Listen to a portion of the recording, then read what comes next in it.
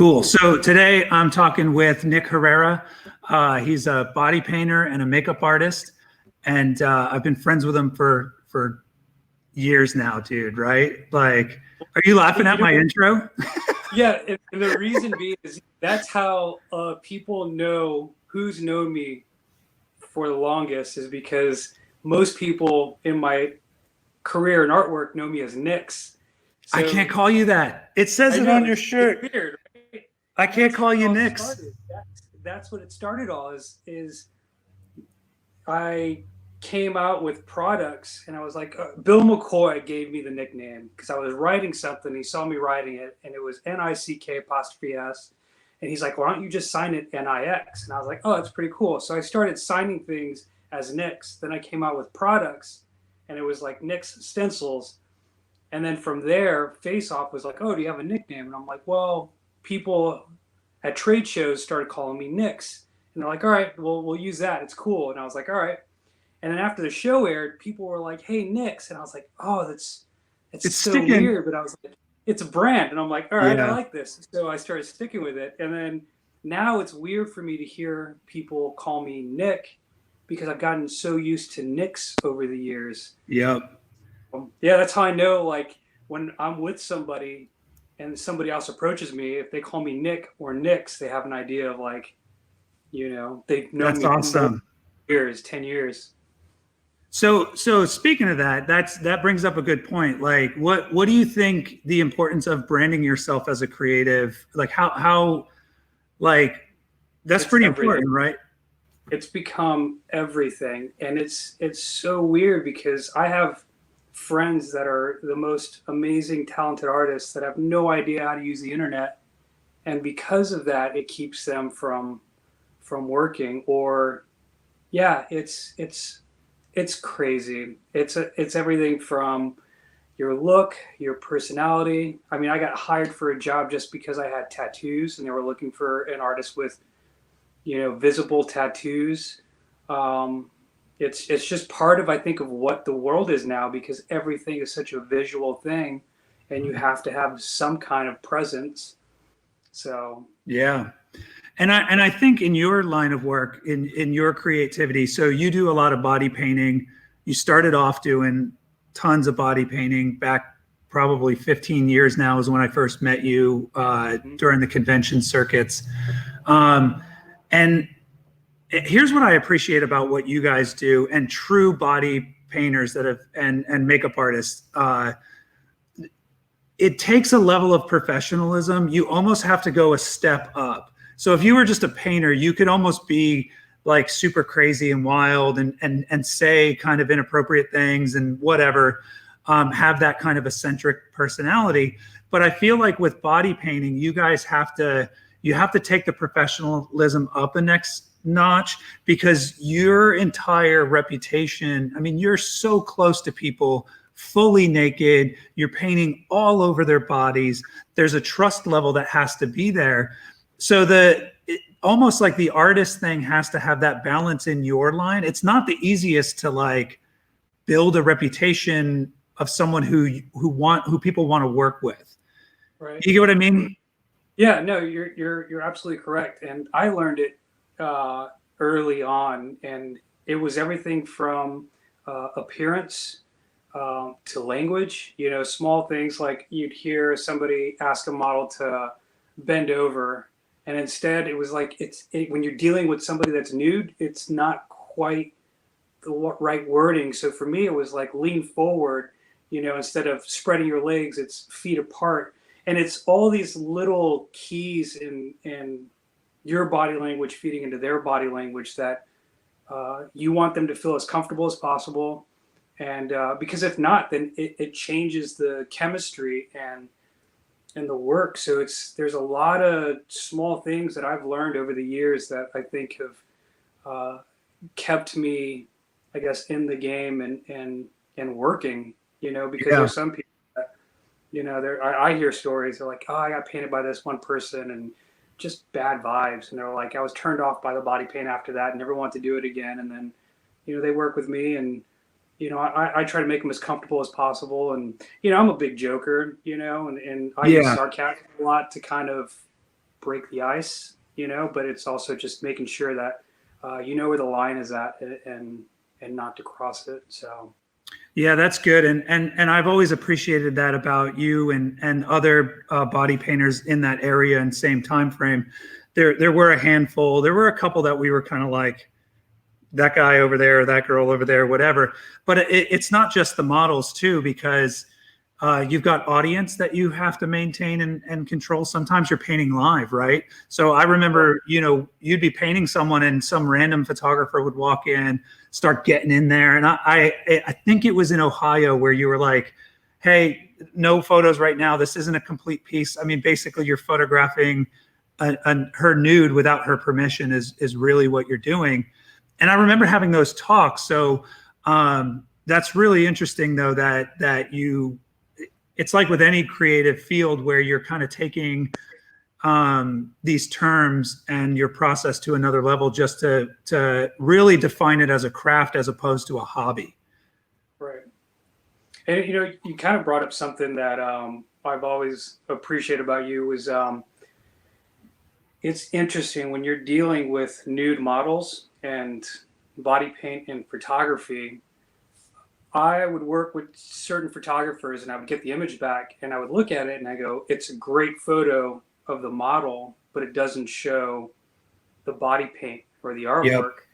And with you, what I've always loved is that you capture what it is that I've created, because there's times where you'll see an awesome image and it's just a nude model and you don't see the artwork, and it's like, yep. That was the one thing that I liked about it was I'm like, here's what I created, and you go, yeah, this person is beautiful and amazing, and you're like also capturing the artwork. So well, and that I tried to always approach it I always looked at it as like a triple threat. You've got the model, you've got the makeup artist, and you've got the photographer. And every time I've worked with you, the goal has been to create artwork or a photo that showed off your artwork. So I think some photographers would look at that opportunity and say, I just want me, me, me, me, me. And actually that mind frame it's the reason why I keep getting called back for the Flogging Molly cruise every year, because I don't photograph just the band. I photograph the audience interaction with the band. I'm not there to photograph just the band. They can get 1 million photos at the House of Blues and not have to hire me to come out and do it. But what these other photographers don't do is they're just there for the photo for the cover that they're going to sell later or something like that. With body painting, my approach has always been, I'm there to create a portfolio piece for you, which isn't always, most of the time, not a good photo for me. But I had to always keep that in mind. Now, there were times where that professionalism and the opportunity to create came in handy, like when we were in Ohio at Buca di Beppo, and our waitress, you were like, we did an entire photo shoot with a waitress that was serving us at that moment. And because we came off as fun and non-threatening, we pulled up our portfolio. You were like, this is what I do. Do you want to go out and paint? Like, I'll paint you tonight. She came to our hotel room. We painted her. We walked around Columbus, Ohio. Yeah. And for hours, just did a photo shoot in the streets of Columbus with a model. And that wouldn't have happened. Yeah. I mean, that wouldn't have happened if it wasn't for the fact that I took my job very seriously in my craft, and you took yours very seriously. And we didn't come off as these like weirdo. I mean, we were weird, but it wasn't like this. It wasn't like yeah, exactly. I mean, we're weird, but not in that kind of way where, maybe the girl thought she could just like beat our asses at any moment. So, like it didn't really matter, but, I've always appreciated that with working with you, is the professionalism was like up there. And I knew if I recommended you, I was sending someone to you that wasn't going to be treated weird. So what do you think,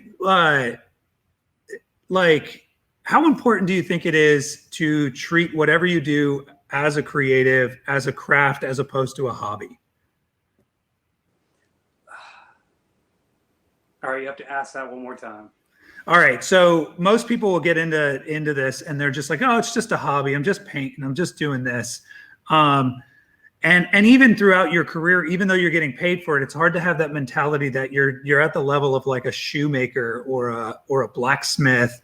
You get what I'm saying? Like, and I feel like makeup artists tend to hold themselves back a little bit with the level of professionalism that they're actually at. They tend to be like, well, I'm just a makeup artist. Bill McCoy, for instance, always says, we're not saving lives. And it's like, yeah, but what you do is awesome. Like, so I guess my question is like, I don't really know how to word it, but So it's funny because when I started this, I was just a character at a year-round haunted house. Bill McCoy would do my makeup. I was fascinated by it, picked up an airbrush, learned how to do everything, and then just kind of went out and did it. And it was fun, and it was just a hobby. You know, I was 17, 18 years old, and that was just what I was doing at the time. And then it just kind of picked up and just kept going. And then, 20 something years later, I'm still doing it, and I've traveled the world doing it. So it's one of those things where there was no line that went from hobby to, career. And I think that was the thing, is it just kind of snowballed and kept going and kept going. And the momentum just kept building. So I think when you have such love and get so much joy out of what it is you're doing, you don't even realize kind of like what's happening, with it. I never thought that was going to be my career. I never, looked at it when I started out, as a hobby, and being like, oh, this is what I'm going to do for the rest of my life. And I think now it's safe to say that this is my life. So yeah.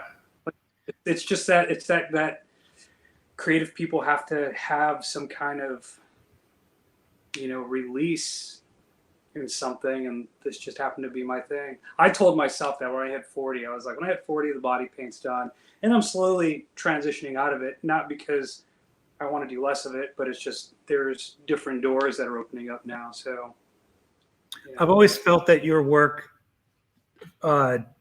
really towed a fine line between special effects and body painting.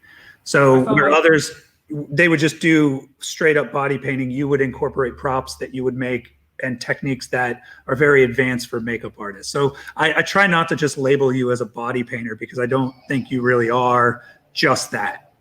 I appreciate that. And I think that's the hardest part about doing for something for so long, is that when you want to evolve and change, you kind of get pigeonholed and be like, oh, Nix, he's a great body painter. And I'm like, Nix is a great artist. Yeah.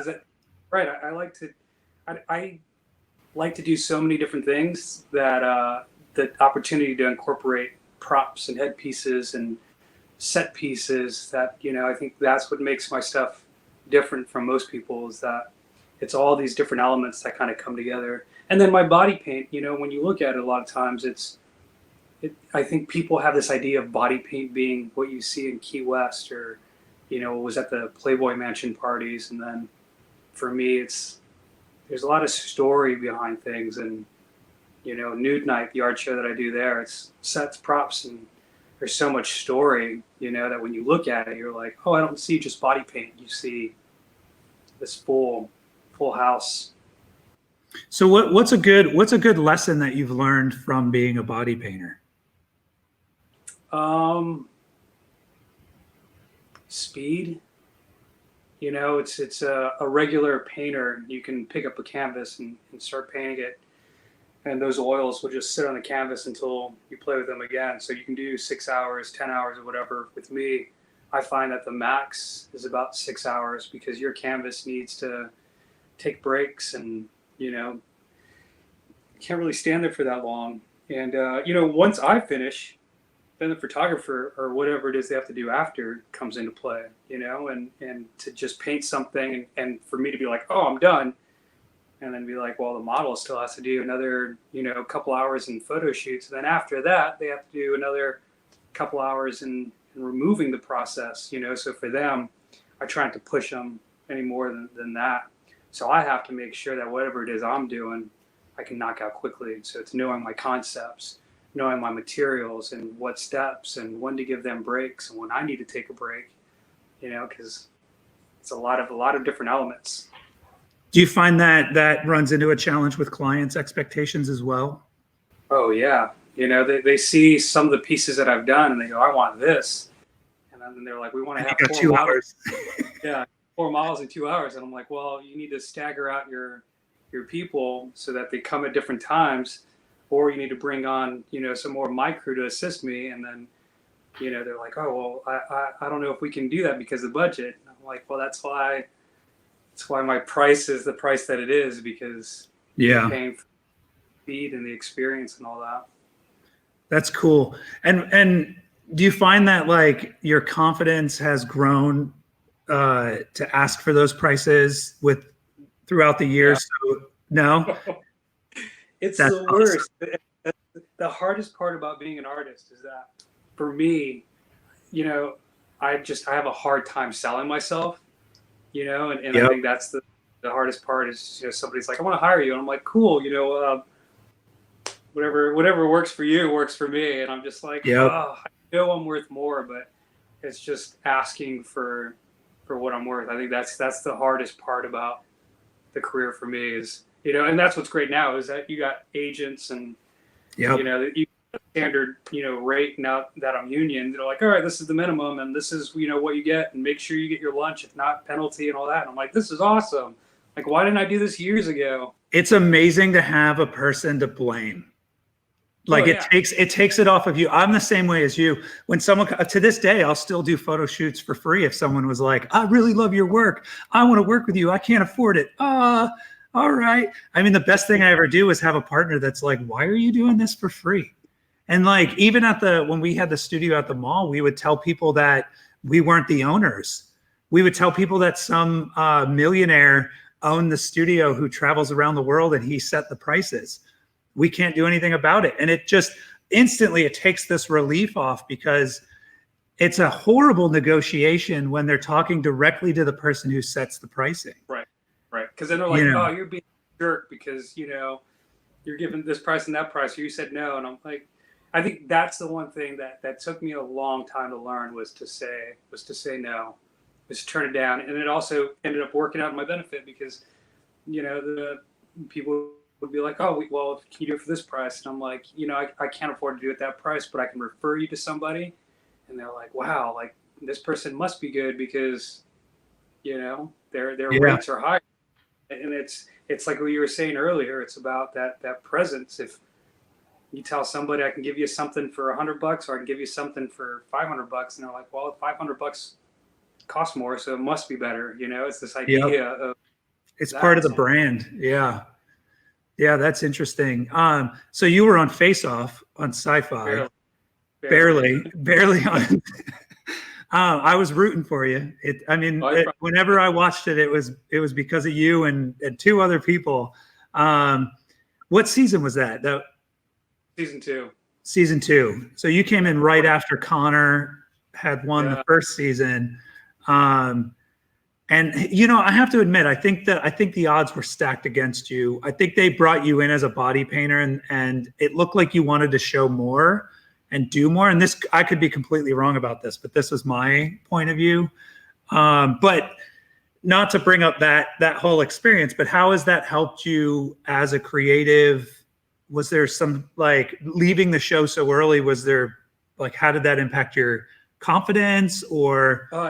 It's a kick to the balls. You go on there and you're like, I'm in it to win it, and then you're like, what I did wrong was I'm a team player. I don't ever want to see somebody struggling with somebody. I think it's part of our industry too. When somebody needs help, it's like this community where we help each other. So I think I put a little too much effort into what our group was doing compared to what I was doing. And then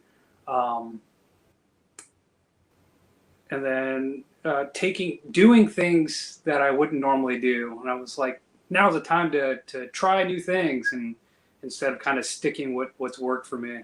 So, and it's interesting. TV is very, you only see what they show you. Yeah. So Face Off didn't work out. It was the second one out, second season, and I must have made enough of a presence that Sci-Fi decided to have me back for another show, Naked Vegas, and then I think that's where I got the chance to really showcase my creativity. And then what was awesome was Face Off ended up bringing me back as a guest judge. So that was cool to be somebody who was like barely on the show and then have you kind of come back to be. They didn't just throw you away like, two episodes. Yeah, so many people, come on the show and to be one of the few people that get selected to like come back and be like, hey, Mackenzie brings you out and like, this is who's going to help you with whatever. And I'm like, holy crap, I'm on the other side now. And that's awesome. That's pretty cool. So what would you say is like the biggest highlight of your career so far? Well, it all changes. Recently, I got accepted into the makeup and hair union, so now I can work on TV and movies. So, and they don't make it easy to get into. So that's pretty amazing. Like I'm happy to start this new chapter. But then it's funny because I compare it to I did a thing for Gucci with my best friend Chloe Sands, and I was in Hong Kong, and they had a giant billboard with the work that we had created up, and I'm like, oh my god, this is freaking awesome. I had no idea it was going to be there, so I'm like, you know what? I'm going to walk into Gucci and I'm going to go and buy me something. And I walk in there and I look around. I'm like, well, that's weird and kind of cool. I'm like, maybe I'll get this. And I saw the price tag, and I'm like, holy crap. So I bought a scarf, $350. Yeah. For those of you that don't know, I live in Florida. So being in the union is kind of like owning a scarf in Florida. Nothing really films here at the moment, but I'm in the union. Yeah. But it's also, I think, I feel you with the union thing. So I recently just joined the PPA, which is the Professional Photographers of America.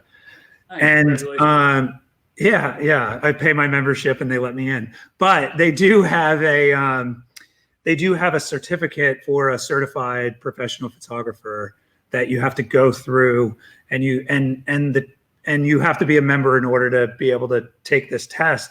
But it's a whole long thing, and it's awesome because they ask questions that I didn't know that I needed to focus on, and studying up for that has helped me as a creative. Now, 5 years ago, 8 years ago, I'd be like, what the hell do I need that for? I'm just a guy with a camera. But as I'm growing and I'm taking my craft more seriously, things like the union for the makeup artists, it's a feather in your cap, and it does make you more marketable.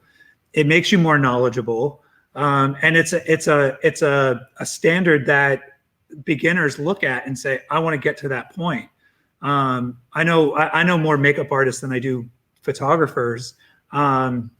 And it's always something. I know how serious they are when they say that's a goal that they're heading for, or that's something that they're remotely interested in, or it's in their radar. It's just so far away. So congrats on getting that. When did you complete that? I think I got my union card maybe early January. So nice. And the process took about 3 years between getting everything they need to get, the interview, the whole interview process, I think almost took a year. So you go in, you like submit your paperwork, and then it was almost, like 2 months shy of 1 year just to find out if you got in or not. So man, it's nerve-wracking. And then once you're in, you're like, you're not really even in yet. You're like, all right, cool. Now to find work, and and now everything's changed. Who knows what, how things be now that all this is happening. So, like I said, it's got a scarf in Florida. So, so are you gonna pack up and head up to Atlanta and? I talked to a couple of buddies out there, and they were working, and no one knows what and how things are going to be. The rumors are, whole productions will be quarantined into a hotel for 3 months, and it's we'll see. And that's the one good thing is I'm a super clean freak, germaphobe. So for me, I'm kind of Glad the rest of y'all are catching up, dirty ass bitches. I love it. And in body painting, you have to be. I mean, you're taking a sponge, Oh, dipping it in water, rubbing it on a cake, and then rubbing it on people's like butts, you know, like all over. And then you have to make sure that's clean. I mean, it's an advantage. Stuff that like you see and you're just like, I'm like, you know what it is? The way that I work is treat people the way you want to be treated. And I think that's the thing is I'm not going to dip my brush into a cake makeup and paint my butt and then go and paint my mouth after, you know. I'm like, Yeah, I know where my sweaty butt's been, and I'm not doing that. I'm not doing anyone else. I won't let my kids get their face painted. You know Like, what? anywhere. I can't. It's something that's like the patience and like, you know, I want to create a masterpiece, and Yeah. I'm just not like, they're like Spider-Man. I'm like 2 circles, a red face. There you go. Yeah, that's funny. So what skill what's the number one thing you think someone should focus on starting out in makeup? Photograph everything. It's we're all hard on ourselves about what our work is, and we're like, it's all right, you know, whatever. And I'm like, take a photo of everything. And part of it is, I got a job this past year for makeup, and I need to show some of the stuff that I did that was similar to it. And I had a couple of photos from like whenever ago, and I'm like, I'm never going to use this, but I photographed it, and luckily I was able to show more than just one picture of this kind of look that they were going for, and that ended up getting me my job. It's funny, doing this for 20 plus years now, my portfolio, we didn't have iPads, 20 years ago. I found my portfolio, and I was looking through it, and I was like, wow, this is awful. And I remember being so proud showing the work that I had in there and be like, this is my best piece, and then showing it. And it kind of reminded me of the evolution of me as an artist. Yep. And it's like, made me think about now. I'm like, man, what am I showing now that I think is so amazing that like 10 years from now, I'm going to look back and be like, what the heck was that? That's a tricky spot to be in. I tell other photographers, if you don't look back on your photos in 3 years and you're embarrassed by them, you're not learning. Yeah. The problem is that what scares me about that is, why did I think it was so good? And now I'm like, why do I think this is good? Like, it's really this downward spiral of just like I mean, at what point is like, you ever watch like a crappy movie, but you can't tell why it's crappy? It's kind of like that. Yeah. You're like, why? I can't do any better. I don't know why it's this way. So yeah, that's a good point. You should look back on all your work and almost be embarrassed by it. The more embarrassed you are, that's like a roadmap of seeing how far you've truly come. I feel that way about photos that we've sold together with the butterfly. I look at it, I'm like, whoa, what did we do? And it's still a good photo to people who don't know, but I look back at it and I'm like, man, I would do that so differently now. There might actually be a piece of that photo that's in focus if I did it now. So yeah, it's pretty wild. It's been like 20 years, man. I mean, we go back to like the International Face and Body Painting Conventions when they were just in Orlando. That's like 2006, 2004. I have no idea. Yeah, man. Time just doesn't even make sense to me anymore. I'm like, well, that's good. Great. Well, yeah. I mean, it does. It's also just like one of those things where like, I don't know. I think hitting 40 this year, it's bizarre. Like, I see friends who have kids that are like teenagers or like these like human people, and I'm just like, man, it's so bizarre. It's so bizarre. My son's 10. That's crazy. It's insane. Yeah. And you met him, I think, 4th of July when he was in like a stroller. Yep. It's like insane. Yeah, it's pretty wild. I am terrified of time. I hate thinking that I'm getting old, but I've also made it a goal this year to stop feeling bad for myself about getting old and to start appreciate getting old. But it's a work in progress. So, nice. Well, I think that's the other weird part is, I don't know, I have a pretty active lifestyle, and I was in a yoga class, hot yoga class. I looked at my friend and I'm like, am I the oldest person in here? And I find myself doing that, and I'm like, maybe I shouldn't be doing this because I'm too old for it, or wearing what I wear, you know? And I'm just kind of like, I don't know. It just doesn't faze me. It's just kind of, I'm like, it's cool. Combat boots, you know, shorts, and a ripped up t-shirt. And somebody's like, you should probably not, you know, it's not age appropriate. I'm like, what the hell? Should I get grandpa pants, you know? And like, I can't wear my LuLaRoe. I can't wear my flesh tone LuLaRoe to yoga, to hot yoga. Why are they looking at me weird? Just call them a bunch of ages. Is that so cool?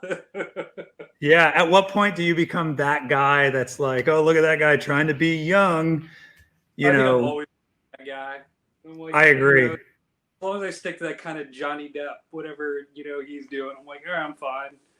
Exactly. That's awesome. So, so I'm going to ask you a couple questions. The two questions that I ask everyone. What is the number one thing you hate the most about being a creative?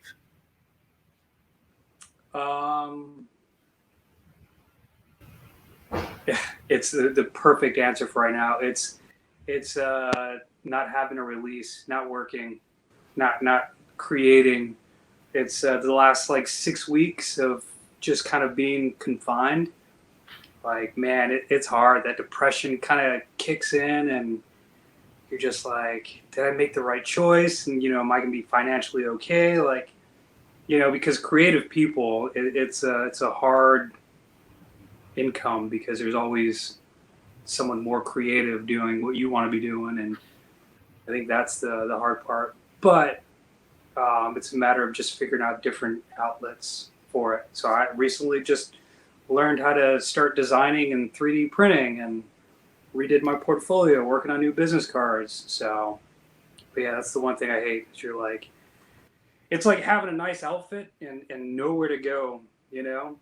You're just kind of like, fucking, I feel great. This looks awesome. And just being like, cool, I'm going to sit here and look in the mirror. I think if any positive for me has not really a positive for anyone else, but I think the rest of the world is finally realizing what it's like to be a creative right now, where you have everything, all your ducks in a row, and you're ready to go. 2020 is going to be my year. And then boom, life hits. And it's with photo shoots. It's with body painting and makeup. There's so many elements of what we do that have to come together and perfectly align in order for our jobs to go on and for us to create. And now the rest of the world's seeing what that's like, where it's like, yeah, you were ready to go, and now you can't.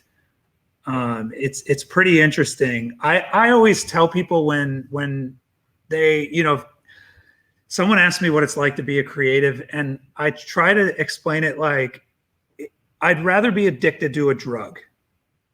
And it sounds crazy, but drugs are obtainable. And drugs, you can buy a drug, you can get high, and you get your fix, and you're done. You know where to purchase it, right? But with being a creative, there is a form of a high involved in it. And that high comes from creating something that you're happy with and you're proud of. That high lasts so short. It's like the shortest high ever. And sometimes you'll work your ass off to get that high, and it's a failure. And that's worse than the high. That's like the opposite. And you're like, I am a loser. And I joke about it, but I tell people that I don't even let my kids draw or pick up crayons because I don't want them to get addicted to this unobtainable drug. Oh, but once you have it, you have it, and you can't get away from it. it's just going to make them want to do it even more. It's like, my father never let me have crayons, and be like, I'll show you. And they're cutting it up on the table, Yeah. sniffing Crayola, and it's insane. But like, I'm driving through Winter Park, and my son's like, "Dad, what do you think that guy does?" And I was like, "I could tell you what he doesn't do: photography. He's not." That guy's not a photographer. That girl's not a photographer. They're not makeup artists. And it's true, but the thing is I'm content with it. I have the when it clicks, it clicks, but when it doesn't, man, it doesn't. And we're fickle creatures, and But that's what makes it so amazing, though. It's like it's one of those things where, you know, it fills the heart. Like, I couldn't imagine not doing anything else, you know. And it brings happiness and torture to my soul, but it's one of those things where it's just, you know, I live because of it, and it's like I have purpose because of it. So yep, I agree, man. Say that again. My mic cut you off. I said art saved my life. I couldn't agree more, man. And when it comes down to it, it's really not that bad. We're not cutting our ears off. But as you grow in this craft, you start to relate a little bit more with why he did that. Well, right? It's crazy, because I remember being a kid and learning about, you know, these great artists. And then the more I learned about Picasso, and I'm like, the older I got, I'm like, I get it. I totally get it. And it also makes me wonder. It's like, who of our friends, whatever it is that we're doing, creating artwork and whatnot, is to say that 100 years from now they're not going to be in some museum or something because Picasso, like, you know, or not Picasso, I'm sorry, Van Gogh, like, never sold a painting, you know, was never famous. And then I was just in New York and saw Starry Night, and all these people with their cell phones taking pictures, and this image getting spread around the world. And it's like, it blows my mind. It blows my mind. Who could ever imagine that, to become famous, you know, so many years after? One, I guess that makes us the fortunate creatives, because I get messages from people who connect with my work and appreciate my work, and they write me, and somehow the timing is always perfect. And I can't help but write back and say, I really needed this today. I can't tell you how much this means to me. Like, literally saved me from post my gear online and sell it all. And Van Gogh and those great artists didn't have that. They were isolated, and they were left to their own kind of, you know, like, no one's gonna call them up. There's no phones, there's no nothing. We at least have that feedback, and we have the ability to look at, like, okay, these people are haters, which are always going to be there. And then these people are supporters, and really they'll support you even if you body painted anything. Right. And it's those unknowns that come in, and you're like, thank you. I really needed that. I think the one thing that I'm most excited about with all the stuff that's happening in the world right now is we're all kind of circling around and what's going to come out of this, you know, because it's like, I know we're all evolving and change is happening, and you're left to yourself without as many distractions. And it's like, I think now the most creative stuff is going to come out of this because of our situation, you know? I agree. So that's what I'm looking forward to. You know, that's what I'm excited about. And if this stuff didn't happen right now, I wouldn't have been working on all those projects that I'm like, oh, one day I'm going to work on this. And I'm like, holy crap, like, I actually have time, and I've dusted stuff off, and I've actually started working on stuff. And I'm like, I cannot wait to share what I've been working on, because it's, you know, been a long, long time in the works. So have you had some days where you've just done nothing? I think the day before yesterday was probably the first day, and I felt guilty, you know, just laying in bed all day watching TV. And I was kind of like, I didn't do anything today. And I was like, I feel bad for not being productive. But then I'm like, oh yeah, my body needs a break. And then mentally and physically, you're just kind of like, I needed that. And then you feel, you know, energized, and you're like, cool, let's get back up, and, you know, fresh eyes. Yep. I felt that way last week. I had to cut it off at like 2:00 and I was like, I'm going home. I'm going to veg. And the whole time I was like, no, keep hustling. I gotta hustle. And I was like, I'm just going to make mistakes. And it's that struggle. But I feel you. My concern with a lot of what I'm seeing online is that people are like, they're going to burn themselves out and be like, well, Nix Herrera's not taking a break. Rich Johnson's not taking a break. And it's like, no, we are. We're, you still, I've been going through those things where I'm like, even though I'm kicking ass and doing things, I still feel like I've done nothing because some of it doesn't have an end result yet, right? There's no finished endorphin release. I heard this study once. They were saying you shouldn't tell people your ideas, not because of the fear that they're going to steal them, but because when you tell someone your ideas, you're 70% less likely to do that idea. The reason is because you got all the reward with none of the work. So if I tell you my idea right now and you go, oh my God, Rich, that's amazing. My body releases those endorphins and I go, oh, cool. Well, I didn't have to do all the risk, and that's the problem. So I've made it a point to just not stop talking about things and actually do them.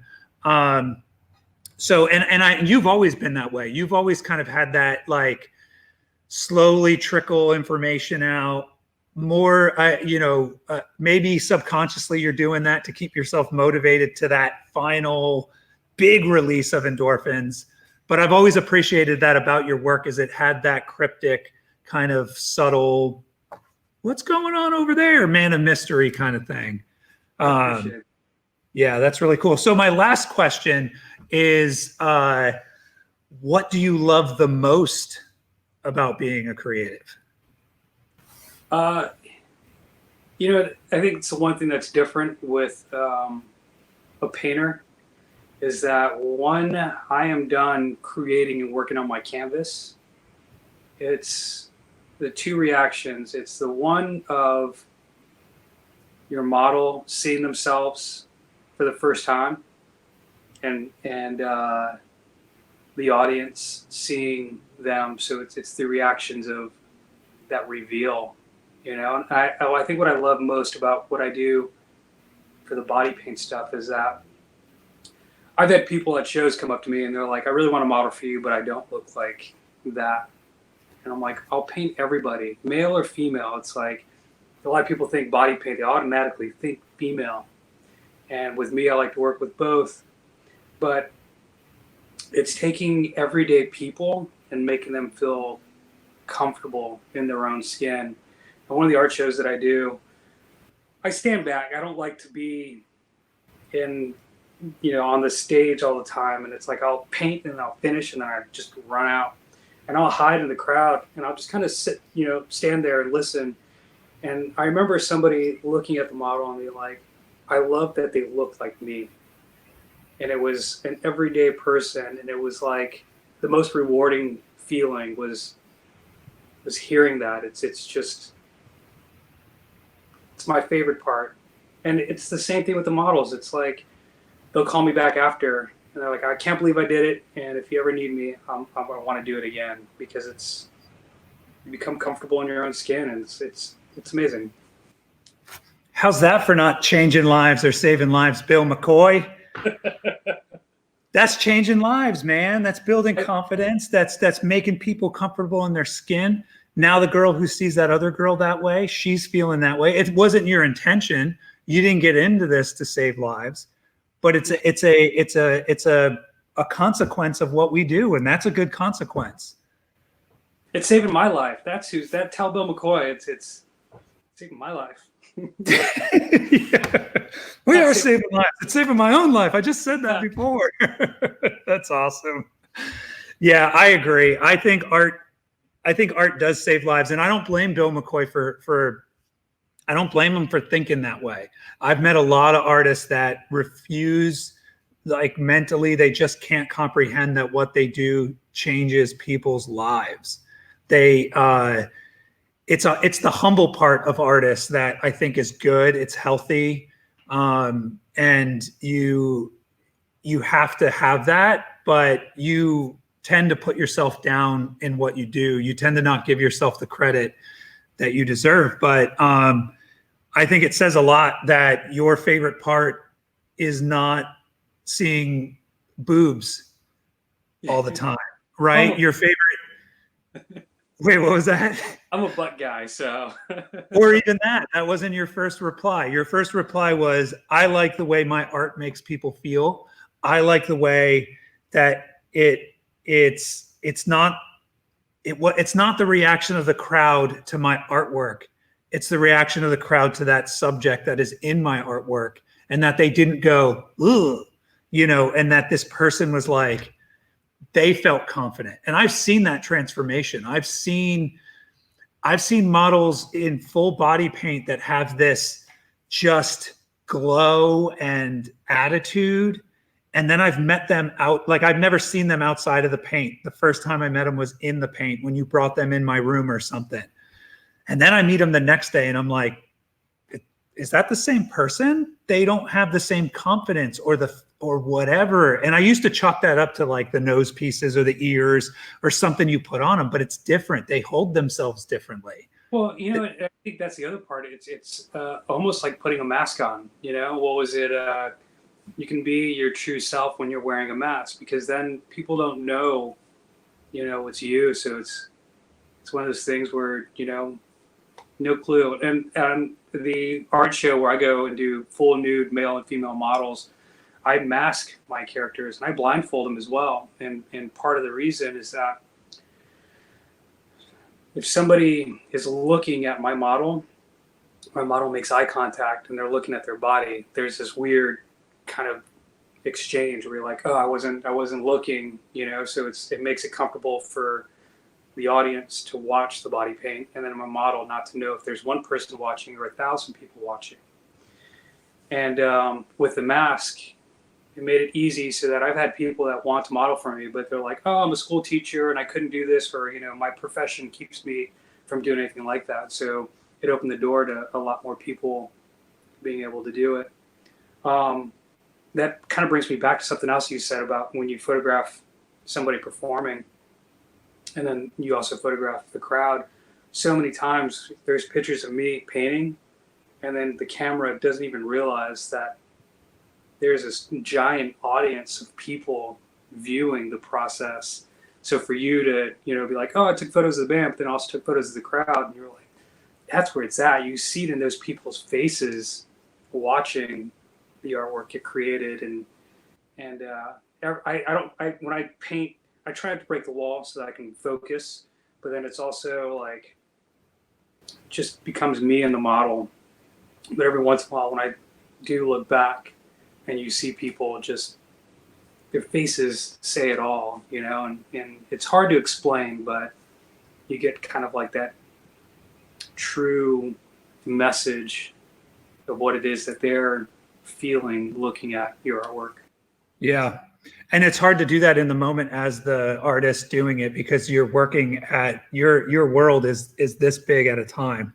It's one brush stroke and you're focused. I mean, you have to make sure your model's not going to pass out from legs being locked and stuff like that. It's probably the closest that painters come to tattoo styles where, like the art form, the brush and people sitting there forever doing this stuff. But it's so focused here that it's hard to see the rest of what's actually happening. I have anxiety too. So for me, it's, that's my way to kind of keep from people, tugging on your shirt and being like, hey, let's, talk about whatever. And it's, when I do my trade shows or whatever, I request that I can be on a platform or a stage or an area kind of roped off, because everyone's like, oh, you're great, camera and all this stuff. And then when I get into like crowds and people want to talk to you, I'm like, like I come off as being confident, but then the other part of me is just kind of like, oh, so much doubt and, insecurities. That was my reason for smoking for so many years, was because, if there was a situation, you'd be like, oh, I'm going to go out for a smoke. And then it was a reason to escape. Or, and then you're out there and you're taking deep breaths and without realizing your, breathing exercises is what's, naturally calming you down. So Do you find that your anxiety's gotten worse as you've gotten older? No, because I think that old person thing kind of kicks in, and you're just kind of like, I don't care anymore. You're just like, screw it. I bet it's the skinny jeans yoga you're doing. Yeah. I think that's helping you. Yeah, but you start to get to an age when you're just kind of like, what does this matter? Like, I look back at the stuff that I was insecure about, and I'm just kind of like, you slowly just kind of learn to let it go, or you're like, what is this going to matter? It's funny because somebody would say this thing of like, whatever it is you're doing now, what is it going to matter in 10 years? And I'm like, oh, that's great. And then later I was thinking about it, and I'm like, shit, man, that's going to count for at least 9.999 of those years. I'm like, that's a long time. I was like, screw that. I don't believe that anymore. I'm like, some things have weight, some things don't. Just realize what really counts and let go of the stuff that doesn't. Meditation, that's what I learned over the years. The meditation, that's one thing that I just never got until the last maybe 5 years. It's like I figured out what it is to turn my brain off and to clear, like I said, the yoga, running, it's people think meditation, you just sit there and you're like this. It's the whatever it is that turns your brain off, that cleans out and stops everything from like flooding in. So, and that's the curse of the creative, where that's the addiction. You're itching for it, and your mind's like, oh, if we only did this, and we only did that, and if we only did this, and then you have to shut that off, because your body can't keep up with that, and you'll just start making mistakes, and then you just keep going down this like, well, I half-assed it, not on purpose, but because my body's just not dealing with it. So that's cool. I didn't expect this conversation to go from like art and being a creative to like a mental health breakdown session with Everyone talks about it, and that's the sad part about it. It's one of those things where there's this so much backstory, and you can see it in people's artwork if you like really like look at it, and you're like, they're like, oh, this person ended up killing themselves. And I'm like, well, look what he was singing about. Yeah. It was all there, and it's like, it's one of those things where, I had that moment the other day. The moment the other day with Linkin Park. I was listening to one of their old songs, one of their first songs, and I was like, oh my, it's here. He's singing about it. Chris Cornell, same thing. It was all this stuff. And it's like for creative people to create, you have to have something that pulls from it, and it's like, my work is very dark and, whatever. And it's just kind of like, well, they're like, oh, this is great. The typewriter piece that I did 2 years ago, I was terrified to put that piece out because I was like, is this too dark? Or are people going to like look at me different? And then it ends up being like one of my, most recognized pieces. And then it's like, if you look at it and you realize that all the backstory to it, you're like, it's dark and deep. But you know what? I think that's why it strikes so well, is because that's how people feel, and that's what it's about with creating, is making people feel something. My shows that I do, the live performance stuff and all the nude night shows, she goes, do whatever it is you want to do. And then I go and I create, and then people are like, oh, it's cool. What does it mean? And I'm like, for me, it's something, whatever, but it's whatever it beats to you. And people tell me their stories, and I'm like, I never even thought of that or even got that from it. But I think that's what's great, is come up with your own story of however you feel. Or even the piece that you do one year, you look at it a year later and you're like, music, you're like, this song meant this thing to me at one point, and then years later, it's the same exact song, same person, same lyrics, and it means a whole different thing. And you're like, wow, art. Yeah. That's interesting. That's really interesting. It's a part of your voice. It's a part of how you express yourself as a person. I love it when people come up to me and say, I looked at this and it resonated with me on this level, which means that you've created something beyond you. You've created something that other people have an experience with. And that work isn't easy to create. Sometimes you have to dig deep and especially in photography where it's easy just to, snap away pictures that mean nothing, and then to dig down and go, okay, I'm actually going to create something that has a meaning now. Yeah, but that's what's great about great photographers. It's knowing to capture something, and in real photos, you'll see that. And I think a lot of people don't realize like how difficult it is to just get the right angle or see the right thing or to know when to hold something just so you can show that trueness. And my work means nothing without a photographer. And I learned that the hard way over the years, is creating something and putting so much effort and work into it, and then you go and you have no photos to show its elegance, its depth. So to find people like you that can see the true form and capture it and show it, because it's working photographers with makeup is, I can't do what I do without you being able to show them what's there. And body paint is difficult because everyone's like, hey, if you ever need a photographer, I got my iPhone 11 Pro and I can shoot some photos for you. I got 150,000 followers, and you're kind of like, oh, dude, you just want to do this because you want to see naked people. Like, oh, it's changed. Everything's changed. Yep. I blame. Like, I hear you, man, and I've always compared what you guys do to making sandcastles. You spend hours sculpting these sandcastles, and then the shower comes along and washes it away, or they move their arm wrong and it flakes off somewhere. It's never going to look the same. And photography is two-dimensional. It doesn't. There's no way to capture the true depth and beauty of in person, but you got to get that as close as possible. And with photographers, there's a lot of creepers out there, man. And I always joke because I started the face and body painting conventions and started doing this almost at the beginning of my career as a photographer, and instantly it desensitizes you to all of this stuff. So I always laugh about that because I'm like, okay, it's so sterile to me, and it's been that way for years. But you do see it. You see it in their eyes when the photographers walk up. Like, you hear it in the way they're talking.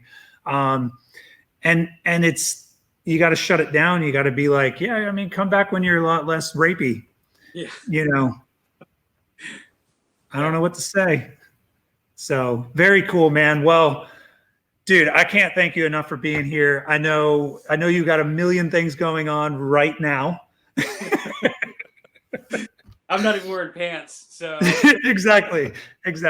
So if you would just stand up and bow to the audience, or bend over, Yeah, bend over. Lean forward. That's what I meant. Yeah. So I can't thank you enough for doing this. We'll get you in. We got to get you in, do a photo shoot. I want to tell Nick's story through photos. I want to create something that's like not the typical holding the brushes, arms crossed, looking into the camera thing. I want to create a portrait that's you, and you can look at that and go, man, he captured who I am. That's like my new thing. Is I was joking the other day, you're like my Pokemon. I got to catch them all. Like, I'm just into capturing portraits of people and showing what they do in that photo. Did you do his headshot? No, I didn't do his headshot. That was right after he moved. I did his cowboy ones. Nice. I saw those. Those were amazing. That's the ones I was talking about. Real quick before I let you go, how can people find you? Where do you want them to find your work? Social media, Nix Body Art, Instagram. It's going to change possibly to just Nix Herrera because I'm trying to evolve from just body paint. But yeah, Nix. Cool. And the MySpace link on the back of this shirt is. You'll see my faux hawk. Now I'm like trying to just keep my hair. I'm like, Jesus Christ. Is it the MySpace is no longer live, right? It is. It is. I believe Nice. I'm keeping everything. I'm on LinkedIn and Model Mayhem. You can find me on there. Dude, I sign up for everything. I signed up for a Tinder account when that first came out, not really knowing what it was. So Spectacle has a Tinder account and a Grindr account. It's like, oh, wait, these guys are crazy. I'm on there for the recipes. Yeah, I'm on there for the articles. Yeah. That's so funny. All right, man. Well, I appreciate it. Stay safe, keep creating as much as you can, and we'll get together as soon as this is over. Awesome. Tell the family I said hello, and thank you for being an amazing human being. So appreciate it. I appreciate that.